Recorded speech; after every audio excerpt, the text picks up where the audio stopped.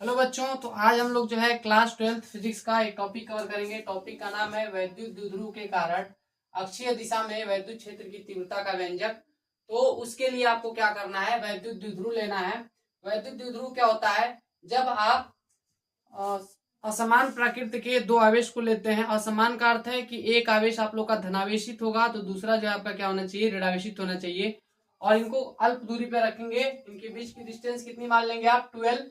तो जिन रेखा पर इसे रखेंगे, वो जो रेखा है उसी को आप जो है क्या करेंगे, आगे बढ़ा देंगे और वहां पे आप लोग जो है एक बिंदु पी मान लेंगे। और उस बिंदु पी पर आप क्या रखेंगे, एक धन परीक्षण आवेश रखेंगे। ऐसा क्यों करेंगे? इसको रखने के पीछे का रीजन है कि इन दोनों आवेशों की वजह से इस पर लगने वाले बल को निकाला जाता है और वही वैद्युत क्षेत्र की तीव्रता कहलाती है। इन दोनों के कारण अलग अलग निकालेंगे और उनको जब जोड़ देंगे, और कैसे जोड़ना है, सदिश योग करेंगे तो आपका जो है व्यंजक कंप्लीट हो जाएगा। लेकिन इसमें ध्यान रखना है कि जो भी आप लोग का डिस्टेंस जो है आप मेजर करेंगे, उसको आप कहां से मेजर करेंगे, सेंटर से। तो चलिए इस डेरिवेशन को स्टार्ट करते हैं। तो बिंदु आवेश के कारण वैद्युत क्षेत्र की तीव्रता का जो समीकरण होता है, जो सूत्र होता है, वो होता है E बराबर KQ/R²। यहाँ पे जो आप लोगों का ये फॉर्मूला है, इस फॉर्मूले को एक बार इस माइनस क्यू के लिए लगाएंगे और एक बार इस प्लस क्यू के लिए लगाएंगे और आपका जो है रिजल्ट आपको मिलेगा। यहाँ पे जो k का मान होता है 1/4πε0 होता है, ये आपको याद रखना है। तो सबसे पहले माइनस क्यू के लिए लगाता हूं। जब मैं माइनस क्यू के लिए लगाऊंगा तो मैं क्या लिखूंगा, k का मान 1/4πε0। यहाँ पे माइनस क्यू था तो इसीलिए मैंने यहाँ पे माइनस क्यू लिख दिया। अब उसके बाद जो है क्यू लिखा, ये जो आपका आवेश था उसको लिखा मैंने, और अपान में देखिए यहाँ पे R+L का होल स्क्वायर लिखा। ये कहां से लिखा, तो देखिए जब भी आपको जो है ये वैद्युत क्षेत्र की तीव्रता निकालनी होती है, तो वैद्युत क्षेत्र की तीव्रता निकालते वक्त आपको क्या करना होता है, जो भी आवेश के लिए आप वैद्युत क्षेत्र की तीव्रता निकाल रहे हैं, उस आवेश से जहां पर आपने बिंदु P माना है, उस बिंदु तक की दूरी जो होती है वही यहाँ पे रखी जाती है R के जगह पे। तो ध्यान से देखिए, यहाँ पे R² लिखा हुआ है। तो यहां से लेके यहां तक, अगर इसके वजह से निकाल रहे हैं तो यहां से लेके यहां तक की जो दूरी है वो यहाँ पे रखा जाएगा और उसका स्क्वायर किया जाएगा। तो यहां से लेके यहां तक की दूरी कितनी है, तो देखिए यहां से यहां तक R है और ये आप लोग का कितना है, L है। तो टोटल डिस्टेंस कितना हो जाएगा, ये आप जो है यहाँ पे थोड़ा सा देखेंगे तो टोटल डिस्टेंस कितनी होगी, R+L होगी। तो यही यहाँ पे मैंने रख दिया। अब इसका मैंने स्क्वायर किया, देखिए R का स्क्वायर है तो इसका स्क्वायर करना पड़ेगा। फिर उसके बाद प्लस क्यू के लिए भी ऐसे ही करेंगे आप। तो जब प्लस क्यू के लिए निकालेंगे तो वहां पे आप देखेंगे कि ये प्लस क्यू कहाँ है, बिंदु बी पर है। यहां से लेके यहां तक की डिस्टेंस अगर आपको निकालनी है तो यहाँ पे देखिए आपको ये डिस्टेंस नहीं दिया गया है, तो ये कैसे निकलेगा, तो देखिए ये आप लोग का इतना जो डिस्टेंस है वो कितना है, R है, और ये आप लोग का L है। तो ये डिस्टेंस निकालनी है तो आपको क्या करना पड़ेगा, पूरे R में से अगर मैं इसको हटा दूं तो ये आप लोग का डिस्टेंस मिलेगा। देखिए यहाँ पे लिखा हुआ है R-L, और होल स्क्वायर क्यों लिखा हुआ है, क्योंकि यहाँ पे R का स्क्वायर था तो यहाँ पे भी आपका स्क्वायर होगा। अब ये वेक्टर सम का मतलब क्या है, ये वेक्टर सम का मतलब है कि आप लोग का सदिश योग करना होता है। अगर आप लोग की दिशाएं अलग अलग हुई तो साइन भी आपका चेंज होगा। जैसे कि मैंने यहाँ पे यूज किया है, कुछ बच्चे सोचते हैं कि इस चार्ज को देखकर यहाँ पे माइनस रखा गया है, ऐसा नहीं है। यहाँ पे जो है इसकी दिशा को आप जो है देखेंगे कि दिशा क्या है, दिशा के बेस पर ही ये रखा गया है।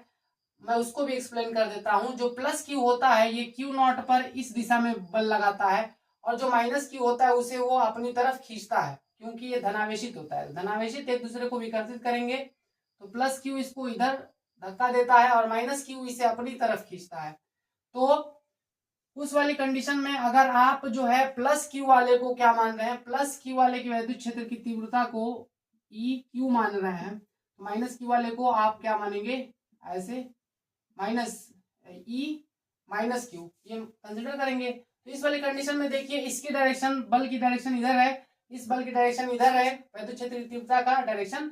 और इसे बल भी बोला जा सकता है। किस पर लगने वाला बल है, ये परीक्षण धनावेश पर लगने वाला बल है। तो इन दोनों की डायरेक्शन अलग अलग होने की वजह से आप मैथमेटिक्स के अकॉर्डिंग चलेंगे तो इधर वाले आप साइड को क्या मान ले रहे हैं, पॉजिटिव मान रहे हैं, तो इधर वाले डायरेक्शन को आपको क्या मानना पड़ेगा, नेगेटिव मानना पड़ेगा।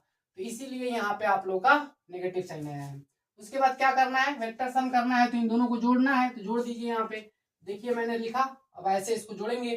जोड़ने की सिचुएशन में आपका क्या बनेगा, अब आप लोग का जो है इसमें के क्यू, के जो है के क्यू अपन आर स्क्वायर था, उसमें से के क्यू बाहर निकल गया।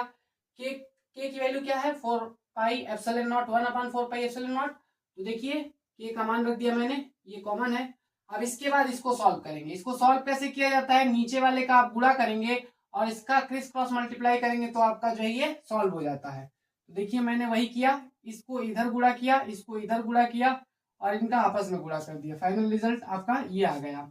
उसके बाद यहाँ पे एक फॉर्मूला यूज होगा ए प्लस बी का, यहाँ पे फॉर्मूला यूज करेंगे ए प्लस बी का होल स्क्वायर, और एक बार यहाँ पे यूज करेंगे आप फॉर्मूला कौन सा, ए माइनस बी का होल स्क्वायर, और उसके बाद जो है आपका रिजल्ट कुछ ये आ जाएगा। तो देखिए मैंने इसको इस फॉर्मूले पर लग रखा, तो क्या मिला मुझे आर स्क्वायर, ए की जगह पे आर है तो आप लोग का आर स्क्वायर होगा, बी की जगह पे क्या है एल है, तो बी आप लोगों ने पढ़ा होगा A square plus B square plus 2ab, ठीक है, ये फॉर्मूला होता है। तो उसी फॉर्मूले को मैं यहाँ पे लगा रहा हूँ, देखिए यहाँ पे ये प्लस आएगा, तो क्या बनेगा A square plus B square plus 2ab। देखिए इसी को मैंने ओपन कर दिया, आप इस वाले को ओपन करिए वैसे ही, तो आपका ये रिजल्ट आएगा। और नीचे क्या था, इसका जब आप गुणा करेंगे तो गुणा करने पर आपका रिजल्ट कुछ ये आता है। ये कैसे हुआ, तो इसको गुणा करने के लिए आप गुणा भी करके देख सकते हैं तो भी यही आंसर आएगा, या फिर जो है इसका फॉर्मूला होता है।